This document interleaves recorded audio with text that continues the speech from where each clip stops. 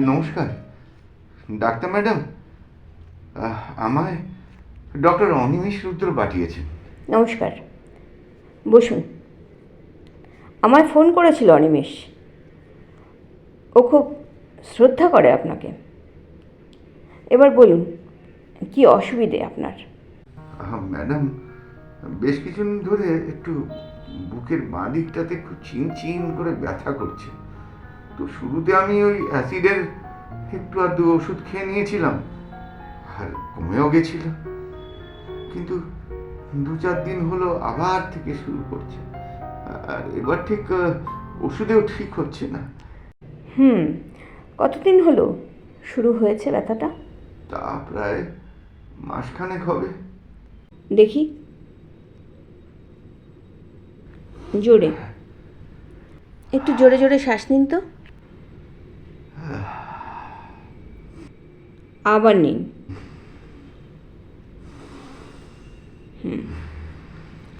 এবার ওখানে উল্টো করে শুয়ে পড়ুন। এমনি রেগুলার কোনো ওষুধ খান?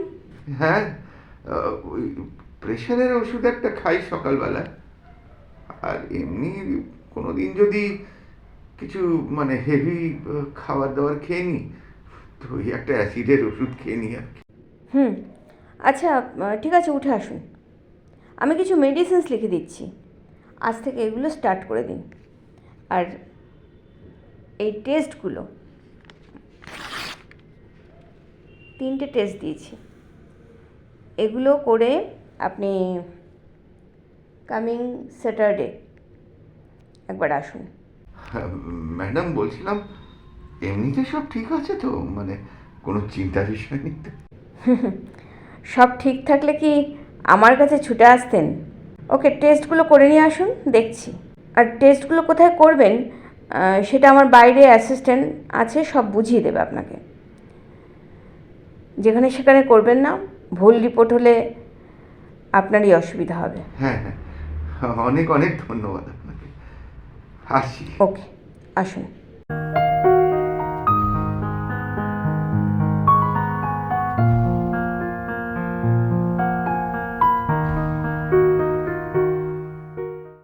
অনেক দেরি হলো। হ্যাঁ, একটু ভিড় ছিল। তো ডাক্তার কি বললেন?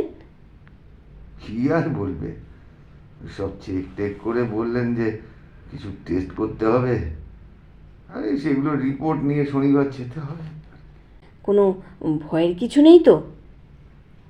ভয়ের আবার কি আছে? আর টেস্টের রিপোর্টগুলো দেখে তবে তো বলবেন।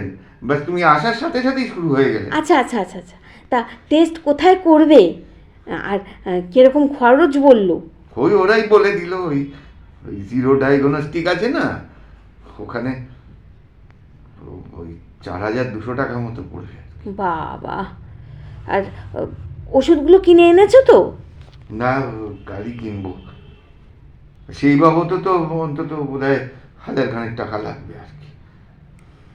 তাহলে রনিকে কি বলবো?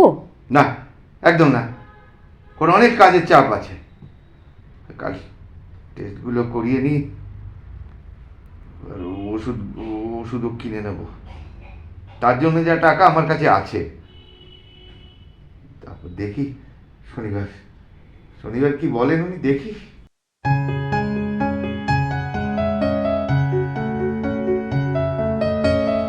আমি গত সপ্তাহে এসেছিলাম, আপনি এই রিপোর্টগুলোর কথা বলেছিলেন, এই রিপোর্টগুলো নিয়ে এসেছি। দেখি। হুম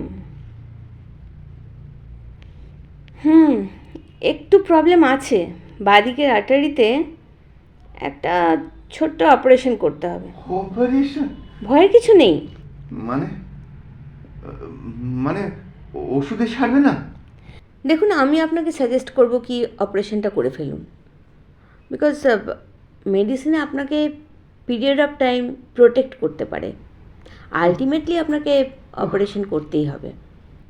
মানে ম্যাডাম, যদি কি একটু একটু ভালোভাবে একটু সেই দেখেন না, যদি যদি ওষুধে সেরে যায়। মানে ভালো করেই দেখেছি। এতক্ষণ কি আপনার মনে হলো আমি আপনাকে খারাপ করে দেখেছি? না না, আমি আমি ঠিক সেটা বলতে চাইনি। মানে আপনি যা ভালো বুঝবেন, কিন্তু অপারেশনের খরচ কত পড়বে? আমি কিছুদিন হলেও রিটায়ার করেছি প্রাইভেট কোম্পানি থেকে, পেনশনও নেই, আর এই মেডিক্লেমও রিনিউ করা হয়নি। আমি বুঝতে পারছি আপনার মেন্টাল স্ট্যাটাসটা।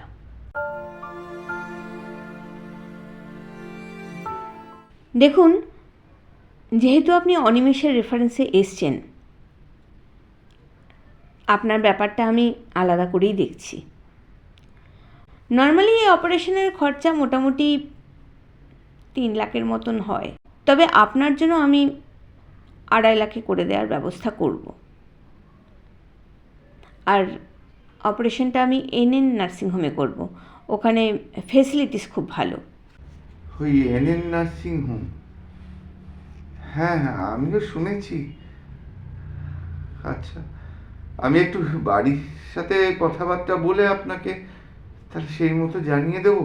হ্যাঁ হ্যাঁ, কোনো অসুবিধা নেই। আচ্ছা ম্যাডাম, বলছিলাম ওখানে কি এই গভর্নমেন্টের যে কার্ড আছে না, এটা কি চলবে? যাতে না, ওখানে ওটা অ্যালাউড নয়। ও আচ্ছা, ঠিক আছে, অনেক অনেক ধন্যবাদ ম্যাডাম। আমি একটু বাড়িতে কথা বলেই আপনাকে জানিয়ে দিচ্ছি।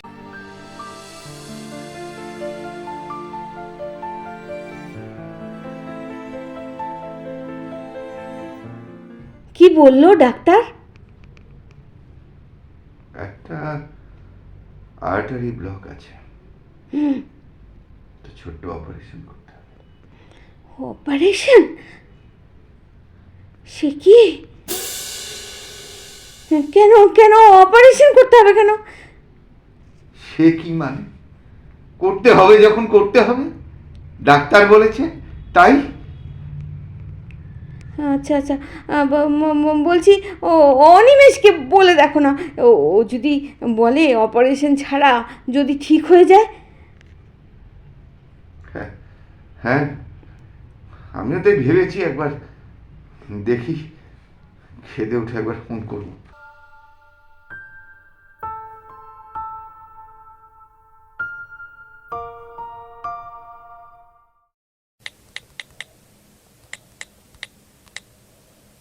হ্যাঁ অনিমেষ, হ্যাঁ হ্যাঁ, ওই তোমার কথা মতো আমি ডক্টর স্নেহার সাথে দেখা করেছিলাম, আর উনি কিছু টেস্ট করতে বলেছিলেন, সেগুলো করেই নিয়ে গেছিলাম। দেখে বললেন অপারেশন করতে হবে, প্রায় 2.5 লাখ টাকা খরচা। আসলে জানো তো বাবা, আমার পক্ষে এত টাকা জোগাড় করা সম্ভব না। তুমি একটু দেখো না, যদি বলে অপারেশন ছাড়া ওষুধ দিয়ে ঠিক করা যায়। ও আচ্ছা আচ্ছা, হ্যাঁ হ্যাঁ, ঠিকই তো। হ্যাঁ হ্যাঁ, উনি এত বড় ডাক্তার, স্বাভাবিক। না না, তুমি তো অনেক হেল্প করেছো আমার। ঠিক আছে, দেখো দেখো উনি কি বলেন, কিছু হয়তো যদি কম করা যায়।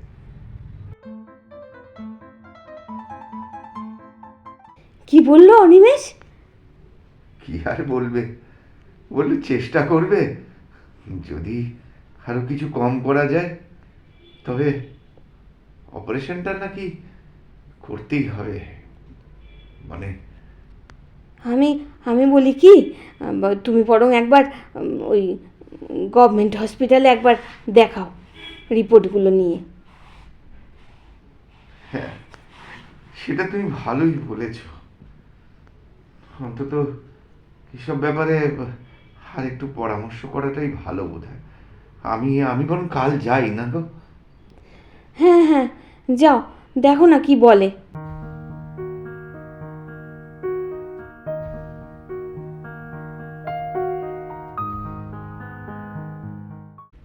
বাবা, এত বড় লাইন, কি বা করবো, তার উপর যেমন রোদ, একটা বসার জায়গা পর্যন্ত নেই।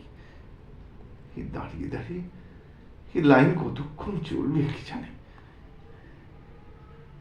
চারিদিকে আবর্জনা, গন্ধ। কি করবে বিবেক বাবু? এটাই তো তোমার ভবিতব্য ছিল। এখন এখন গভর্নমেন্ট হাসপাতালে লাইন দেওয়া ছাড়া আর তোমার উপায় বা কি আছে?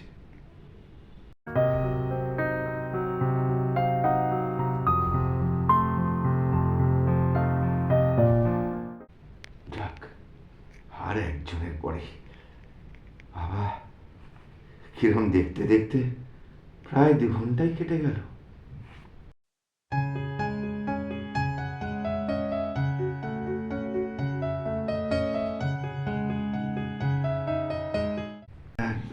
নমস্কার ডাক্তারবাবু।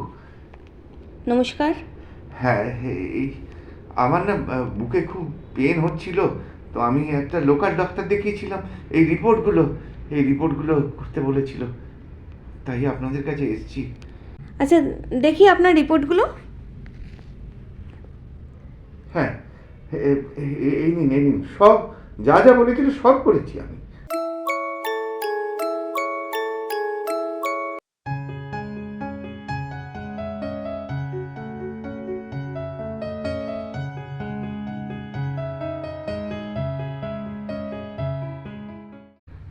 আবার এই ফার্মাসিস্টের কাছে যেতে হবে।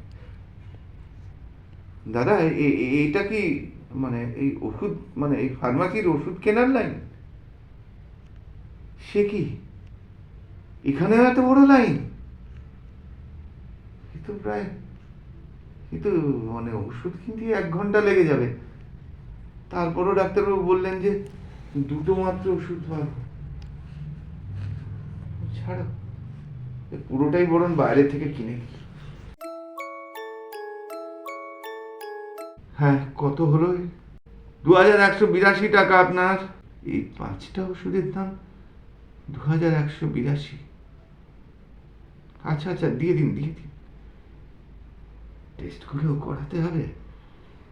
এই মাসে তো জানি না কি হবে, কিভাবে সংসার চালাবো আর কি হবে। হ্যাঁ, দিন। আবার সামনের সপ্তাহে লাইন দিতে হবে। আসা যাওয়াতেই প্রায় 3 ঘন্টা লেগে যায়। একটা সঠিক সিদ্ধান্ত কেউ দিতে পারছে না। মানে আমরা সাধারণ মানুষ কোথায় যাবো এরপরে? আর কোথায় ধাক্কা খাবো?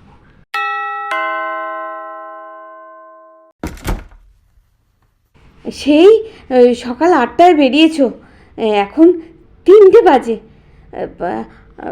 আগে হাত মুখ ধুয়ে এসো, খেয়ে নাও। হ্যাঁ, একটু খেতেই দাও বরং। আমারও ভীষণ খিদে পেয়েছে।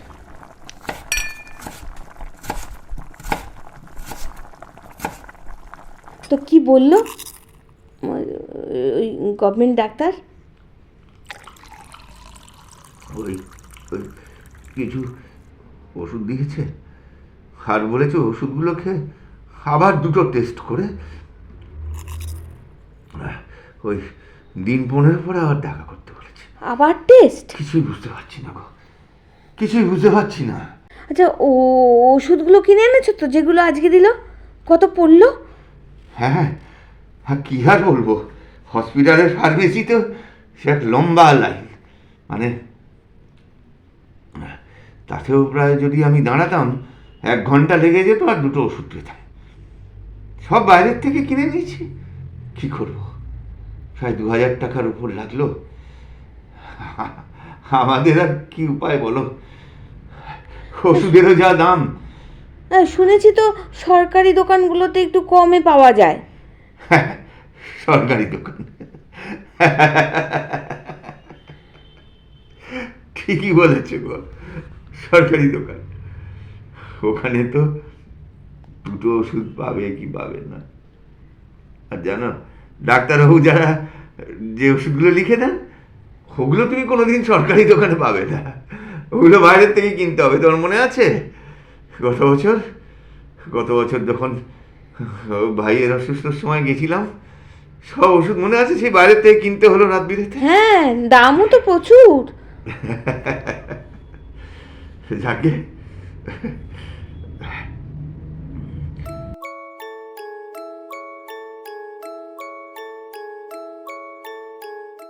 বলছিলাম, এবার অন্তত রনিকে জানানো উচিত। দিদি ফোন করেছিল, বলল রাহুলের এক পরিচিত ডাক্তার আছে, খুব বড় ডাক্তার, তার সাথে একবার দেখা করলে ভালো হয় না? হ্যাঁ, ঠিকই বলেছ, রনির মতামতটা জানা উচিত। হ্যাঁ, রাহুলের ব্যাপারটাই বা বাদ দিই কি করে। হ্যালো রনি বাবা, কেমন আছিস রে? আরে না না না না না, আরে আরে আরে একটু শান্ত হয় তো, রাগ করিস না। আরে না না, আসলে আমি শুধু ব্যাপারটা সামান্য ছিল, তাই ভেবেছিলাম ঠিক হয়ে যাবে। হ্যাঁ, আরে না, তোকে না বলে পারি? হ্যাঁ হ্যাঁ, নিশ্চয়ই, না না নিশ্চয়ই যাব। কিন্তু শোন, কাল গিয়ে তো আর লাভ নেই। উনি যখন ওষুধ খেয়ে শনিবার ডেকেছেন, তাহলে শনিবারই যাই বরং। আর এই তো বাস, আর দুদিন মানে, এই তো পরশু তরশু তো, শনিবার তো প্রায় এসে গেল, আজকে কত, হ্যাঁ হ্যাঁ বুধবার তো, এই তো। হ্যাঁ হ্যাঁ হ্যাঁ, না না সে তো জানি রে, তুই টাকার ব্যবস্থা তো তুই করবি, সেসব তো জানি। তাও ভাবছিলাম যে ওনার সাথে দেখা করেও, আর এই গভর্নমেন্ট হসপিটালের ডাক্তার কি বলেন সব ভেবে চিনতে। আরে আচ্ছা আচ্ছা আচ্ছা আচ্ছা আচ্ছা, ঠিক আছে ঠিক আছে।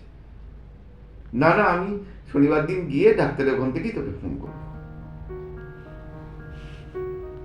আর শোন, ওই মাকে মাসি ফোন করেছিল। হ্যাঁ হ্যাঁ হ্যাঁ, তোকে বলেছে না? হ্যাঁ, ওই রাহুলের চেনা নাকি খুব বড় একজন স্পেশালিস্ট ডাক্তার আছে, একবার কি কথা বলে দেখি না হয়। না না ঠিক আছে, তুই চিন্তা করিস না একদম। হ্যাঁ, হ্যালো, হ্যাঁ, ইয়ে ম্যাডাম, আমি অমিয় ঘোষ কথা বলছিলাম। মানে ওই ডক্টর স্নেহাশিস চক্রবর্তীর চেম্বার কি এটা? আসলে ওনার সাথে একটা অ্যাপয়েন্টমেন্টের দরকার ছিল আর্জেন্টলি। কি, 15ই সেপ্টেম্বর? আজ তো সবে 22শে আগস্ট। না শুনুন না শুনুন না, আমি ওই মানে রাহুল রাহুল আছে না, রাহুলের রেফারেন্সে বলছি, ওনাকে একটু বলুন না একবার। ঠিক, কোনো মতেই সম্ভব না? আচ্ছা বলছিলাম কি, কোনো মানে স্পেশাল অ্যাপয়েন্টমেন্ট করা যাবে কি? ও, 3000 টাকায় পার্সোনাল অ্যাপয়েন্টমেন্ট হবে পরশু? আচ্ছা আচ্ছা ঠিক আছে, আমি আমি একটু পরেই জানাচ্ছি আপনাদের। অনেক অনেক ধন্যবাদ। নাম লেখার দরকার নেই, অনেক অনেক ধন্যবাদ। আমার জীবনের মূল্য এখনো অতটা হয়নি। কেন এ কথা বলছো কেন? ও, অ্যাপয়েন্টমেন্ট পেলে না? অ্যাপয়েন্টমেন্ট? উনি উনি এতটাই ব্যস্ত যে 15ই সেপ্টেম্বরের আগে ওনার কোনো টাইম নেই। বাবা!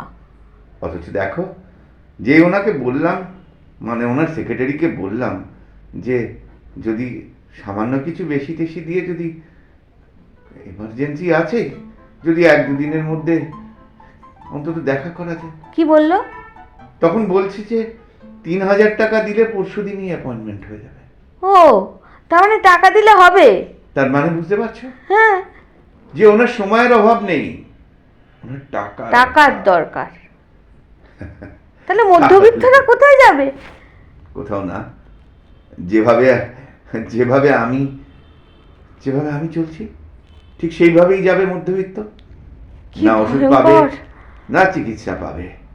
এ তো ভয়ঙ্কর পরিস্থিতির মধ্যে দিয়ে আমরা চলছি। জীবনযাপন এইভাবেই হবে মধ্যবিত্তর। তুমি তো কখনো লাইন দিয়ে, কখনো রোদের মধ্যে পুড়ে, বৃষ্টি ঝড় জল সব কিছুর মধ্যে। হ্যাঁ, তুমি গভর্নমেন্ট হসপিটালেও ঠিক মতন দেখানো যাচ্ছে না, প্রাইভেটেও হচ্ছে না, স্পেশালিস্টে তো কথাই নেই, তারা ডেটই দিতে পারছে না। আবার এদিকে টাকা দিলে সব হবে, তাহলে কি করব? কিছুই না, যতদিন না পরিস্থিতি কিছু পাল্টাবে এইভাবেই চলবে। তাহলে চুপ আমরা করে বসে অভ্যস্ত থাকবো হয়ে- নাকি? পরিস্থিতির কথা আমরা কি জানবো? আমরা তো আমাদেরটাই জানবো। হ্যাঁ, আমরা তো অভ্যস্ত হয়ে গেছি, আমরা কষ্ট করব। আরে কষ্ট করতে করতে তো মানুষই মরে যাবে, কষ্ট করে কি করব? আমার তো এখনই দরকার ডাক্তারের, ডাক্তারই তো পাচ্ছি না। আর ওষুধের কথা তো কি বলবো, যেমন দাম তেমন ভেজাল, কোন দিকে যাব? আমাদের চিকিৎসা ব্যবস্থা তো একটু উন্নত হতে পারে।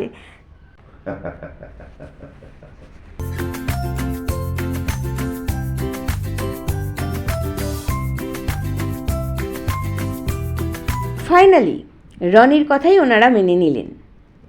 বিভিন্ন ডাক্তারের পরামর্শ নিয়ে, কাছের দূরের পরিচিতদের সাথে পরামর্শ করে রনির কথা মতো অপারেশন করলেন। রনি এসেছিল কলকাতায় অপারেশনের সময়। সব শুদ্ধ প্রায় 3 লক্ষ টাকা খরচ হলো। রনি সব কিছু বহন করল।